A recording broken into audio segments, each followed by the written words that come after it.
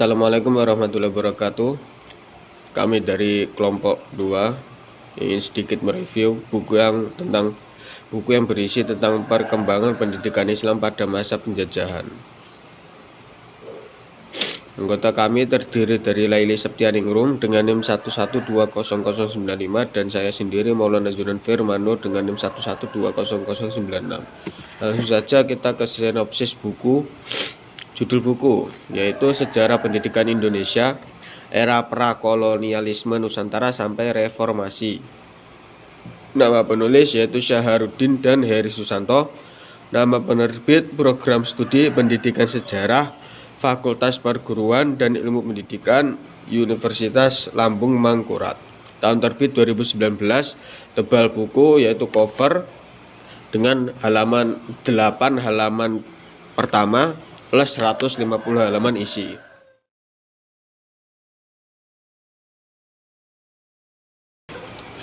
Langsung ke pembahasan materi, yaitu pertama A. Pendidikan lewat masjid, langgar, dan surau. Di setiap desa di Pulau Jawa terdapat tempat peribadatan khususnya umat Islam.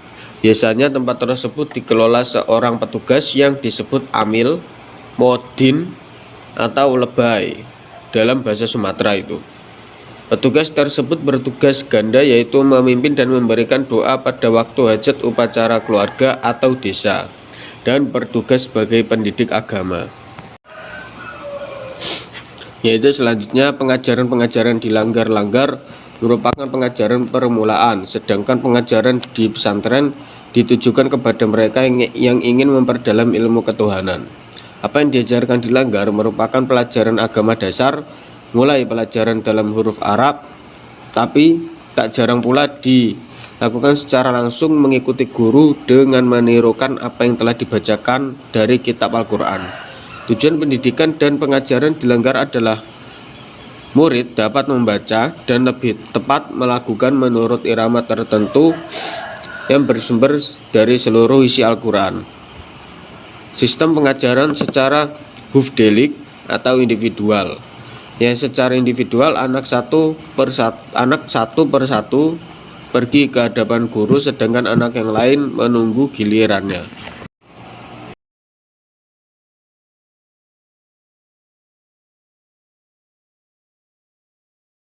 Selanjutnya kita ke yang B, pendidikan pesantren.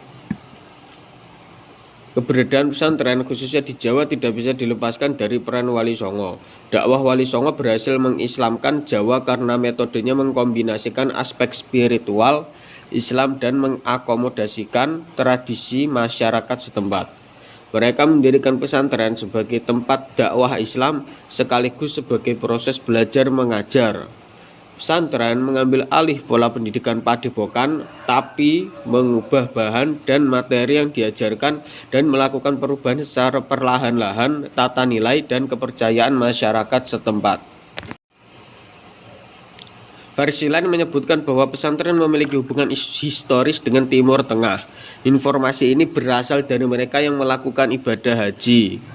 Mereka tidak sekedar melakukan ibadah haji, tetapi juga menuntut ilmu, terutama menghadiri pengajian di Masjidil Haram dan Masjid Nabawi. Proses belajar, pengajian, serta pelaksanaan ibadah selain haji diadopsi para kiai untuk mendirikan pola pendidikan serupa di tanah air. Versi lain lagi menyebutkan bahwa proses kemunculan pesantren tidak dapat dilepaskan dengan sejarah gerakan tarekat di Indonesia. Gerakan kaum tarekat ini aktivitasnya kebanyakan adalah melakukan amalan-amalan zikir atau wirid tertentu yang dikelola secara organisatoris. Di sana juga diajarkan berbagai cabang ilmu pengetahuan agama Islam. Dan pengajian ini kemudian berkembang lebih lanjut menjadi institusi pendidikan bernama pesantren.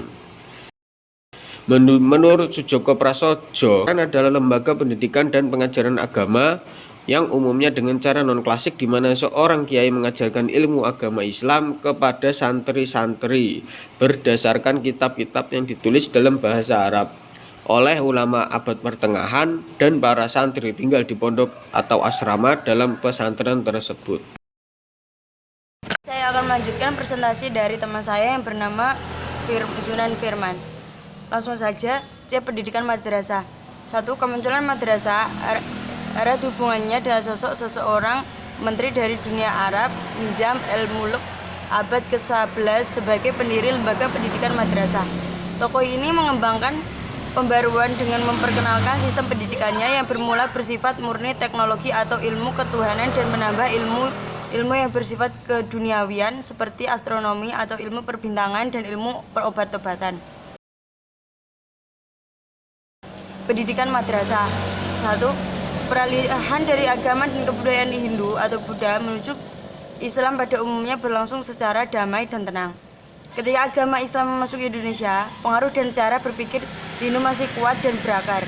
Pada masa itu, ada 2 tipe guru. Pertama adalah guru untuk kelangaan keraton dan bangsawan yang diundang atau hidup di kalangan keraton untuk mengajar para putra-putri, raja, dan kesatria lainnya. Kedua adalah guru petapa yang betapa di tempat-tempat yang menyendiri, jauh dari keramaian sambil belajar serta mendalami ilmu keutuhan serta ilmu lainnya. Pendidikan madrasah. 1.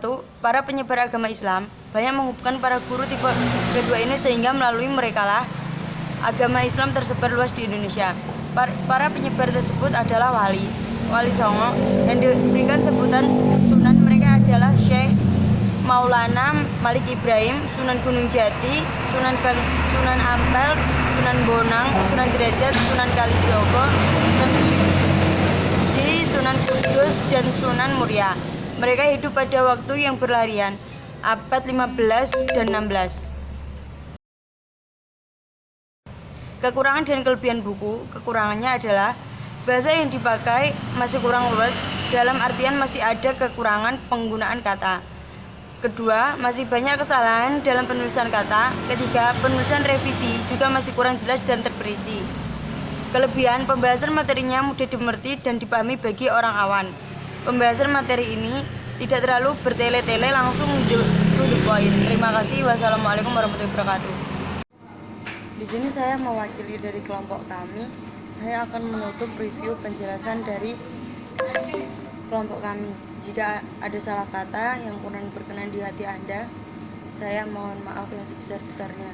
Wabillahi taufiq wal hidayah, waridho wa inayah. Wassalamualaikum warahmatullahi wabarakatuh.